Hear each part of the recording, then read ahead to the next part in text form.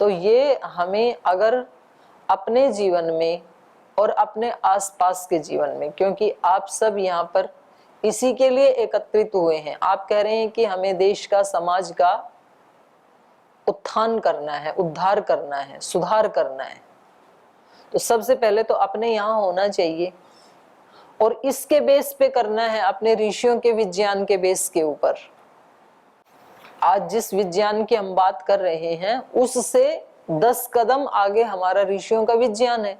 तो इस बात को कहते रहे हम 100 साल तक भी, कह रहे हैं आज तक भी, सुना किसने? कोई नहीं सुनेगा।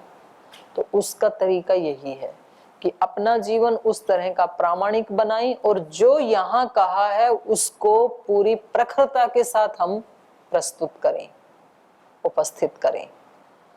तो आपकी तरह ही गुरुकुल में रहने वाले 2 ब्रह्मचारी, उन्होंने ऐसा ही किया।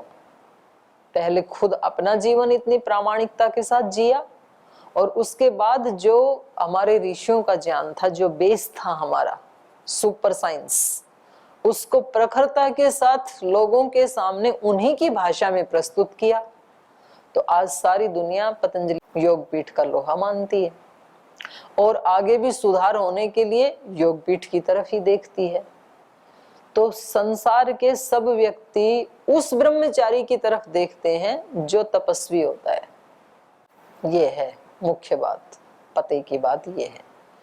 आप अपने जीवन को तपस्वी बनाइए, आप अपने जीवन को प्रामाणिक बनाइए, आप अपने जीवन को अत्यंत पुरुषार्थी बनाइए। हर समय के लिए आपके पास कोई काम होना चाहिए और प्रोडक्टिव काम होना चाहिए, प्रोडक्टिव वर्क, व्यर्थ का काम नहीं। और हर अच्छे काम के लिए आपको समय निकालना चाहिए। ये नहीं कहना चाहिए कि जी समय ही नहीं मिला, इसके लिए तो समय ही नहीं है। हर अच्छे काम के लिए आप समय निकालें, निकल जाएगा। और हर समय के लिए कोई अच्छा काम निकाल के रखें। कोई भी समय ऐसा ना हो कि जी ये समय तो हमारा व्यर्थ चला गया। ये बहुत बड़ी बात कह रही हूं मैं। हर समय के लिए कोई अच्छा काम और हर अच्छे काम के लिए कोई समय निकालना, तो फिर हमारे जीवन में तो राम राज्य आ ही जाता है और हम बाहर भी स्थापित करने में सक्षम हो जाते हैं। आज आपके ही जैसे 2 ब्रह्मचारियों ने अपने तप और पुरुषार्थ से आज लाखों नहीं करोड़ों लोगों के जीवन में जागरूकता के दिए जलाए हैं। योग के, आयुर्वेद के, स्वदेशी के, स्वाभिमान के दिए जलाए हैं। कितने लोगों को वो स्वाभिमान जगाया उन्होंने। जो हताश निराश थे, जीवन से ही निराश थे, उनके जीवन को एक उत्साह से भर दिया, प्रेरणा से भर दिया। तो वो तभी तो कर पाएगा व्यक्ति। क्यों? क्योंकि वो दोनों एक पल भी अपना ऐसे नहीं बिताते जिसमें कोई अच्छा काम ना हो। एक एक पल उनके लिए किसी अच्छे काम के लिए है, व्यर्थ के लिए नहीं है कोई भी पल। आज भी इतना सब करने के बाद भी श्रद्धेय स्वामी जी महाराज और पूज्य आचार्य श्री जी ये अपना हर पल किसी अच्छे काम के लिए बिताते हैं और हर अच्छे काम के लिए समय निकालते हैं। जितने भी अच्छे काम हो सकते हैं वो सब पतंजलि योगपीठ करता है। आप कोई भी काम गिनाओगे ना कि जी ये काम होना चाहिए, वो पतंजलि से हो रहा है ऑलरेडी। हर अच्छे काम के लिए, ऐसे नहीं कि बस केवल एक को ही लेके चल रहे हैं। अब आपका सिलेबस क्या है आपके लिए? ब्रह्मचारी के लिए सिलेबस क्या है? बहुत छोटी चीज है। सिलेबस के अतिरिक्त आपको 10 प्रोजेक्ट लेके चलना चाहिए। आपको साधना का अलग प्रोजेक्ट लेके चलना चाहिए, रिसर्च पेपर का अलग प्रोजेक्ट लेके चलना चाहिए, कोई कला कौशल सीखने का अलग प्रोजेक्ट होना चाहिए। क्योंकि यही तो समय है। सारा टाइम इतना टाइट कर दें हम, एक तो टाइट होता है मशीन की तरह से और एक होता है अपनी जागरूकता के साथ। दोनों में बहुत अंतर है। एक मशीन की तरह से जब हाँके जा रहे हैं तो वो 10 साल में भी कोई परिणाम नहीं आता है। और एक अपनी जागरूकता से अपने जीवन का एक मॉडल बनाते हैं कि भाई मुझे ये अचीवमेंट करने हैं और ये मुझे 20-30 साल की उम्र से पहले पहले कर लेने हैं। जैसे बिजनेस में लेके चलते हैं ना टारगेट, कि भाई हमें इस साल में इतने 1000 करोड़ का टर्नओवर करना है, तो फिर उसी तरह से पूरी टीम लगती है। तो ऐसे हमें अचीवमेंट, इस साल में मुझे ये काम करने हैं, इस गुरु पूर्णिमा से अगली गुरु पूर्णिमा तक ये करना है, इस दिवाली से अगली दिवाली तक, इस नव वर्ष से अगले नव वर्ष तक। और फिर उसको, व्यक्ति को खुद ही जुटना पड़ेगा। कोई दूसरा आपको जगाए, कोई दूसरा आपको बुला के लाए तो समझो कि ये आपके जीवन का बहुत ह्रास हो रहा है। आपको जागरूक हो जाना चाहिए। आप स्वयं सबसे आगे मिलें। कोई आपको बुला के लाता है तो इसमें जिसने बुलाया, फिर जो लोग यहाँ इंतजार कर रहे हैं, उन सब के प्रति ये हिंसा है। फिर तो ये पाप भी आपके सिर पे आना है, इसका फल भी आपको ही मिलना है। इसलिए अपने को पाप से बचना है, दुख से बचना है ना। दुख तो कोई भी नहीं चाहता है। तो यदि आप चाहते हैं कि हमारे जीवन में आगे दुख ना आए, हमें पाप ना लगे, तो खबरदार आपको कभी कक्षा में या किसी नियम में कोई दूसरा व्यक्ति बुला के लाए। कभी अवसर मत दो किसी को। नहीं तो इतने लोगों का इतना जो टाइम और एनर्जी जो वेस्ट हुई है, वो सारा आपके ही सर पे पड़ने वाला है, मिलने ही वाला है आपको। तो उससे आज यदि नहीं बचेंगे तो कब बचेंगे फिर? आज यदि जीवन में राम राज्य नहीं आए तो कब आएगा फिर? तो अपने को कोई चांस देना ही नहीं किसी को।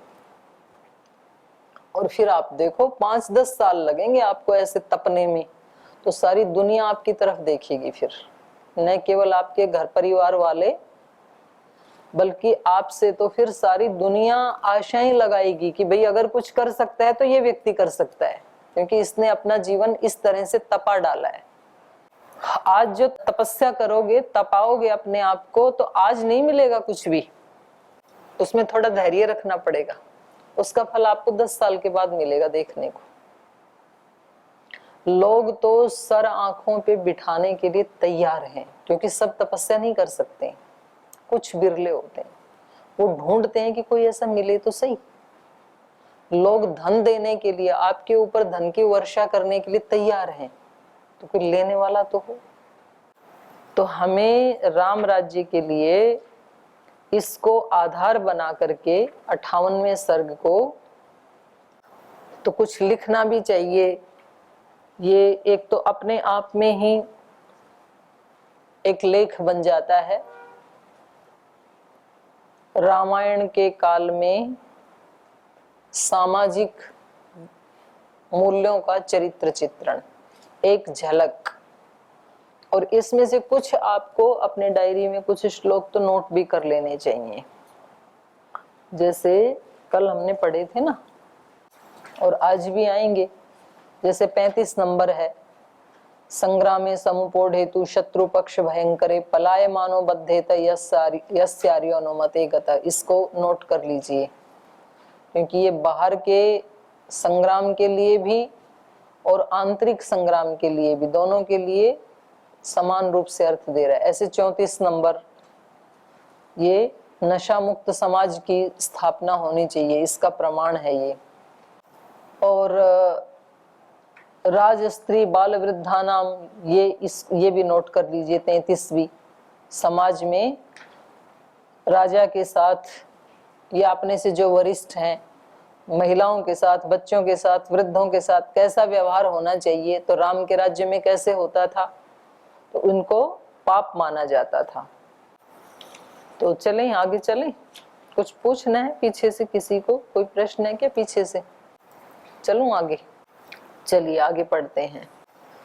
संचितान्यस्य वित्तानि विविधानि सहस्रशः दस्युभिर्विप्रलुप्यन्तां यस्यार्योऽनुमते गतः उभे सन्ध्याशयानस्य यत्पापं परिकल्पते तच्च पापं भवेत् तस्य यस्यार्योऽनुमते गतः यदग्नेदायके पापं यत्पापं गुरुतल्पगे मित्रद्रोहे च यत्पापं तत्पापं प्रतिपद्यताम्। तो बहुत ही सुंदर वर्णन है ये भी। अस्य सहस्रशः विविधानि वित्तानि संचितानि दस्युभिः विप्रलुप्यन्ताम्। कह रहे हैं जिस व्यक्ति ने यस्य अनुमते आर्यो गतः, जिसकी अनुमति से आर्य राम चले गए हैं, उस व्यक्ति का जो उसके पास बहुत सारे धन थे, विविधानि वित्तानि, सहस्र से हजारों प्रकार के जो विविध प्रकार के उसके पास धन है। तो इससे भी पता लगता है कि धन जो है वो केवल रुपए पैसे के लिए ही रामायण में प्रयुक्त नहीं हो रहा है। वित्त का मतलब विविधानि वित्तानि, धन जो है वो विविध प्रकार का होता है ना। विद्या का भी धन होता है, शारीरिक बल भी अपने आप में एक धन है, सुयश भी अपने आप में एक धन है, तपस्या का भी धन है। तो अनेक अनेक प्रकार के जो धन है, विविधानि वित्तानि, सहस्रशः हजारों प्रकार के वित्त हो सकते हैं, धन हो सकते हैं। वो सारे धन इसके संचितानि, जो इसने संचित किए हैं, अलग अलग प्रकार के धन संचित करता है विद्यार्थी, और विद्यार्थी में भी उससे भी ज्यादा ब्रह्मचारी। तो देखो ये जो शब्द है ना, इनके भी अपने अलग अलग अर्थ हैं। जैसे पढ़ने वाले के लिए कितने शब्दों का प्रयोग किया जाता है? छात्र, विद्यार्थी, फिर अंतेवासी, फिर शिष्य, फिर और एक और क्या रह गया? नहीं, हिंदी और संस्कृत की बात कर रही हूं मैं। हाँ? वत्स, वत्स तो पुत्र को कहते हैं, वो तो संबोधन किया जाता था। तो छात्र का अलग अर्थ है, विद्यार्थी का अलग है, अंतेवासी का अलग है, शिष्य का अर्थ अलग है, और शिक्षार्थी, विद्यार्थी। तो इन सारे एक और छूट गए, ब्रह्मचारी। हाँ, सबसे श्रेष्ठ वो बता रही थी मैं कि एक छूट गया ब्रह्मचारी का। तो ब्रह्मचर्य के लिए तो अथर्ववेद में पूरा सूक्त ही आ गया। आज की जो नई शिक्षा नीति है उसके लिए भी एक पेपर आप में से ना मैं देने वाली हूँ किसी को। आज की शिक्षा नीति है, कह रही है कि बच्चों को ना रिसर्च करना सिखाओ, आप बीज डालो उसमें, रिसर्च करना सिखाओ। मतलब उनको कोई पुस्तक लिखनी ऐसे नहीं, उनका स्वभाव खोजी बनाओ, ऐसा है उसका मुख्य अर्थ। बच्चों को ना कोई स्किल आनी चाहिए। रिसर्च के ऊपर बहुत बल दे रही है नई शिक्षा नीति। तो ये तो हमारी तो वेद से ली गई है, हमारा तो वेद उसकी बात कह रहा है। ब्रह्मचर्य सूक्त का जो पहला ही मंत्र है उसमें ईक्षण शब्द आता है ना, ब्रह्मचारी ईक्षण चरते। तो ईक्षण करता हुआ विचरण करता है ब्रह्मचारी। ईक्षण मतलब क्या है? खोजी है ना, ब्रह्म की खोज करता है वो। ब्रह्म तो सर्वत्र है, तो वो उसकी खोज में लगा है। तो हमारी शिक्षा नीति शुरू ही वहीं से होती है, ब्रह्मचारी वही है। तो ये जो बात नई शिक्षा नीति कह रही है ये हमारे गुरुकुलों में सिखाई जाती थी पहले दिन से। तो सबसे टॉप का संबोधन है ये ब्रह्मचारी। तो ब्रह्मचारी केवल एक लिमिटेड सिलेबस पढ़ने के लिए नहीं है। ब्रह्मचारी ब्रह्मचारी तो कहता है धरती को उठा के इधर रखूं कि इधर रखूं, वो है ब्रह्मचारी। तो अभी एक आपका वो भी बना रहे हैं, आप में से सबसे पहले ब्रह्मचर्य सूक्त ही हम लेंगे। उस ब्रह्मचर्य सूक्त के एक मंत्र की व्याख्या यहाँ कोई एक सन्यासी या ब्रह्मचारी करेगा पहले रामायण की कक्षा में, उसके बाद मैं पढ़ाऊंगी। ब्रह्मचारी भी ब्रह्मचारिणी भी दोनों आ गए उसमें। तो पहले तो ब्रह्मचर्य सूक्त, उसके बाद आपको जो पसंद है, जो भी विषय आपको लगता है कि मेरे जीवन के उत्कर्ष के लिए, मेरे जीवन में मुझे सबसे ज्यादा रुचि इस विषय में है। मानो किसी को अहिंसा में है, सत्य में है, किसी को उपासना में है, ध्यान में है, मंत्र पाठ में है, तो उसके बारे में वो पहले चिंतन करेगा और फिर 5 मिनट वो अपनी बात रखेगा सबके बीच में। तो आप उसको तैयार भी कर लेना। तो अभी जल्दी ही इस परिपाटी को हम शुरू करेंगे, क्योंकि व्यक्ति जब खुद नई नई चीजें नहीं खोजेगा ना तो अंदर से विकास नहीं होगा। मैं कितनी भी 1000 बातें बता दूं आपको, हजारों बात बता करके यदि आपका अंदर का दरवाजा नहीं खुला तो व्यर्थ है सारा। और जब व्यक्ति खुद खोज करता है तो इसलिए हमारे यहाँ बताया भी जाता है, और ये हमने खुद भी अनुभव किया। मतलब जब से मैंने पढ़ाना शुरू किया तब से मेरा पढ़ना शुरू हुआ। जब हम दूसरे को पढ़ाते हैं तो दूसरे को क्या पढ़ाते हैं, खुद को ही पढ़ाते हैं। बहुत सारी चीजें तब स्पष्ट होती हैं हमारे को जब हम खुद उस विषय को किसी दूसरे को बताना चाहते हैं। तो ये नई शिक्षा नीति भी यही चाहती है।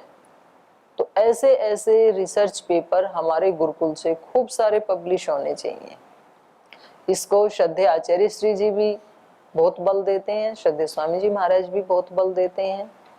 आयुर्वेद में आज तक के रिकॉर्ड में सबसे ज्यादा यदि पेपर किसी के पब्लिश हुए हैं तो वो श्रद्धेय आचार्य श्री के हुए हैं। ऐसे थोड़ी कोई गौरव दे देता है भाई, आप उनके संस्थान में रहते हैं, आपकी श्रद्धा हो सकती है, आप इमोशनली जुड़े हुए हों, पर करोड़ों लोग तो संस्थान में नहीं रहते हैं। करोड़ों लोग जो विदेशी वो तो जानते भी नहीं है, तो वो तो काम से ही जानते हैं ना।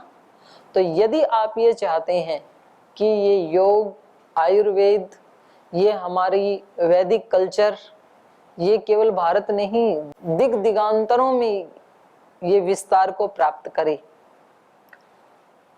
और ये समाज के सारे अपराध समाप्त हों, तो आपको अनेक प्रकार से इसको बड़ी प्रखरता के साथ रखना पड़ेगा सबके सामने। उसमें आपको रिसर्च पेपर के माध्यम से भी रखना पड़ेगा, अपने जीवन के माध्यम से भी, वक्तव्य के माध्यम से भी, आचरण के माध्यम से भी। 10 तरीके से आपको इसको रखना पड़ेगा और उसकी शुरुआत विद्यार्थी जीवन से होनी चाहिए, क्योंकि ब्रह्मचारी तो नाम ही उसका है। तो यहाँ पर ये कह रहे हैं कि जो हजारों प्रकार से सहस्र से विविधानि वित्तानि संचितानि अस्य, इस व्यक्ति ने जो अनेक अनेक प्रकार के, विविध प्रकार के ऐश्वर्यों को संचित किया है, उसका वो सारा धन दस्युभिः प्रलुप्यन्ताम, वो दस्युओं के द्वारा लुप्त कर लिया जाए, ठग लिया जाए, लूट लिया जाए, अगर उसने श्री राम को वन भेजा है तो इससे ये पता लग रहा है कि भरत जी में विविध प्रकार के वित्त उनके पास थे, समावेश था उनके व्यक्तित्व में। इसीलिए तो कोई व्यक्ति कहेगा, जब कोई व्यक्ति विद्वान है तो कहेगा भाई मेरी सारी विद्या अविद्या में परिवर्तित हो जाए यदि मैंने ऐसे किया है तो। किसी के पास धन है तो वो कहेगा कि भाई मेरे सारे धन का नाश हो जाए यदि मैंने ऐसे किया हो तो। किसी व्यक्ति ने कोई अलग अलग प्रकार की विद्याएं सीखी हैं तो कहेंगे कि भाई ये विद्या निष्फल हो जाए यदि मैंने ऐसे किया है तो जो होगा उसी का तो कहेगा। तो भरत जी ये बात कह रहे हैं, इसका मतलब इन्होंने हजारों प्रकार की अलग अलग विद्याएं संचित की हैं। तो कह रहे हैं संचितानि अस्य वित्तानि विविधानि सहस्रशः दस्युभिः विप्रलुप्यन्ताम यस्यार्यो अनुमते गतः। और अगला जो श्लोक है ये 39 और 40 आप नोट कर लीजिए। 40वां तो है ही हमारे लिए। उभे संध्या शयानस्य यत् पापम परिकल्पते तच्च पापम भवेत् तस्य यस्यार्यो अनुमते गतः। तो ये सबसे ज्यादा तो सन्यासी ब्रह्मचारियों के लिए है। उभे संध्या शयानस्य, दोनों प्रातःकाल और सायंकाल का जो संध्या समय है उस समय जो सोता है वो व्यक्ति क्या है, पापी है। तो अब देख लेना आप में से कोई संध्या के समय इधर उधर जाके छुप के यदि सोता है तो वो व्यक्ति क्या है रामायण की भाषा में। तो कई लोग कर देते हैं ये काम कि चलो एक नींद, तो जब तक ये संध्या करते हैं तो एक नींद तो निकाल लेता हूँ, बाद में भोजन के समय चला जाऊंगा, फिर भोजन करके दोबारा सो जाऊंगा, तो 1 घंटा तो बच ही जाएगा कम से कम। तो इनको मंत्र पाठ करने दो। तो सुबह की संध्या के समय, तो इसका संध्या का समय क्या होता है? संध्या का समय जब रात और दिन दोनों की संधि होती है, रात और दिन का मिलन, मतलब ना उसको रात कहेंगे और ना दिन कहेंगे, उसको संधि काल कहते हैं। जैसे सूर्य धीरे धीरे निकल रहा है, अभी निकला नहीं है, आकाश में अभी लालिमा आ गई है, निकल जाएगा तब तो दिन शुरू हो जाएगा, और रात्रि भी नहीं है, अंधेरा भी नहीं है, चीजें दिखाई देने लगी हैं। तो ना तो हम उसको रात्रि कह सकते हैं क्योंकि चीजें दिख रही हैं, अंधकार नहीं है, और सूर्योदय पूरा हुआ नहीं है तो इसलिए उसको दिन भी नहीं कह सकते हैं। तो ये जो टाइम है इसको क्या कहेंगे? संध्या काल। और सारे पक्षी संध्या करते हैं। आप देखो, सुबह जब सूरज निकला नहीं है ना, उससे पहले आप ऑब्जर्व करना, कौवा, चिड़िया, कबूतर सब कुछ ना कुछ बोल रहे हैं, वो संध्या कर रहे हैं, वो ईश्वर की स्तुति कर रहे हैं। सूर्योदय के बाद नहीं बोलते हैं इस तरह से, हो गया पूरा उनका पूजा। और वो 5 बजे से पहले भी नहीं बोलते हैं, उस समय भी शांत रहते हैं सारे। तो उनको आभास है संध्या काल का, वो प्रकृति के ज्यादा निकट हैं, तो हमें आभास नहीं होता है। ऐसे ही शाम को सूर्य डूब गया, अभी अस्त हो गया, तो दिन तो इसको कह नहीं सकते क्योंकि सूर्य नहीं है, और क्योंकि अंधकार भी इतना नहीं हुआ है, अभी चीजें तो दिखाई दे रही हैं। पूरी रात्रि होगी तो अंधकार होगा, चीजें नहीं दिखेंगी, उसको तो हम रात्रि कहेंगे। पर अभी तो चीजें दिख रही हैं, जैसे अभी अभी सूर्य डूबा है ना, तो दिखती है ना लगभग 1 घंटे तक, तो ये संध्या का काल है। तो उस काल में कभी भी सोना नहीं चाहिए। ये तो इन्होंने तो आध्यात्मिक दृष्टि से कहा है, लेकिन ये फिजिकली भी, वैज्ञानिक दृष्टि से भी उस समय सोने से हानि होती है। उभे संध्या शयानस्य यत् पापम परिकल्पते, दोनों काल की संध्या के समय सोने वाले को जो पाप लगता है, तच्च पापम भवेत् तस्य, वो पाप उस व्यक्ति को लगे, यस्य आर्यो अनुमते गतः, जिसकी अनुमति से आर्य राम वन में गए हैं। तो देखो ये कितनी बड़ी बात कही ना रामायण में। संध्या के समय क्या करना चाहिए? संध्या ही करनी चाहिए। तो सुबह वाली जो संध्या है वो हमें ऊर्जा से भर देती है, पूरे भूमंडल के ऊपर एक विस्तृत ऊर्जा अवतरित होती है उस समय।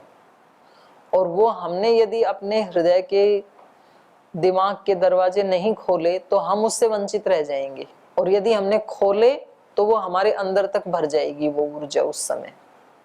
और शाम के समय जो संध्या है उस समय एक अनंत शांति का अवतरण होता है। सुबह ऊर्जा का अवतरण होता है, शाम को शांति, और वो शांति धीरे धीरे धीरे धीरे उतरते उतरते उतरते उतरते 11-12 बजे तक तो पूरे भूमंडल को ही अपने उसमें ले लेती है, शांत हो जाता है पूरा पूरा देश, सब मनुष्य मात्र, पशु पक्षी वृक्ष सब शांत हो जाते। कैसे शांत हुए? किसने किया इनको शांत? उसी शांति ने किया जो अवतरित हुई ना। तो उस काल में जो व्यक्ति बैठेगा तो वो शांति उसके अंदर तक प्रतिष्ठापित हो जाएगी। तो इसलिए अत्यंत प्रयास करके ये जो दोनों संध्या काल हैं इनका उल्लंघन नहीं करना चाहिए, संध्या करनी चाहिए।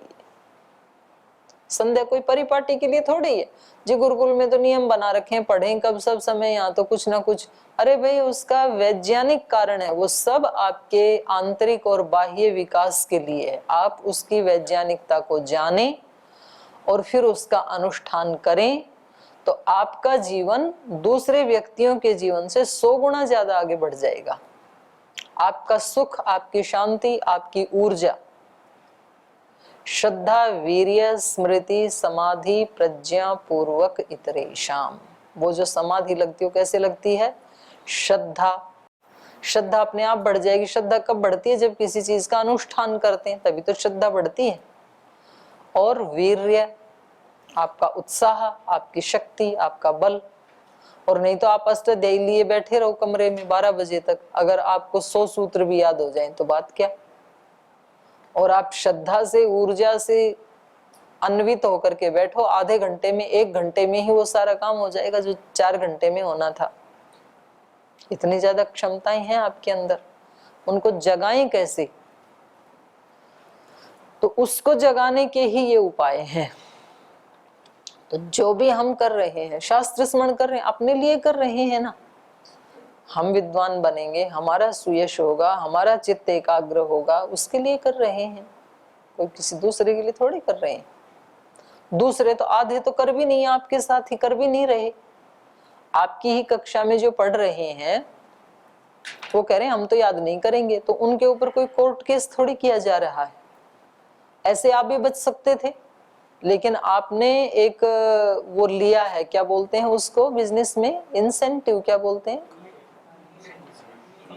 नहीं, कमिटमेंट नहीं, जो भी आपको पता है ज्यादा तो वो आपने खुद लिया है ना। तो खुद लिया है तो उसको फिर अपनी खुद की जिम्मेदारी पे ही अब करके भी दिखाना है। तो ये 40 श्लोक तक हमने पढ़ लिया। आज समय हो गया, शेष कल पढ़ेंगे। और ये आगे वाले तो जो श्लोक आ रहे हैं वो ज्यादातर हमारे ही गुरुकुल से ही संबंधित हैं, तो इनका कल विस्तार से हम चर्चा करेंगे। आज यहीं विराम लेते हैं।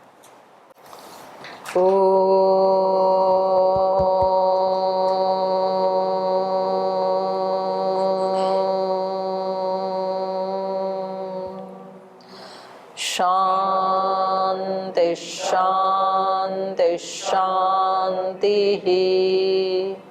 श्री गुरुभ्यो नमः।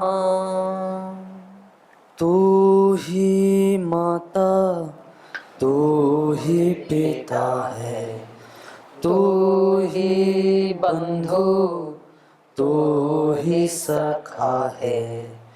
तू ही माता, तू ही पिता है, तू ही बंधु, तू ही सखा है। तू ही है करुणा निधान। हे राम, हे राम, हे राम, हे राम। तू अंतर्यामी, सबका स्वामी। तू अंतर्यामी, सबका स्वामी। तेरे चरणों में कोटि प्रणाम। हे राम, हे राम, हे राम, हे राम। तू ही दुख त्राता, विश्व विधाता। तू ही दुख त्राता, विश्व विधाता। तेरे शरण में है विश्राम। हे राम, हे राम, हे राम, हे राम। तू ही माता, तू ही पिता है, तू ही बंधु, तू ही सखा है। तू ही है करुणा निधान। हे राम, हे राम, हे राम,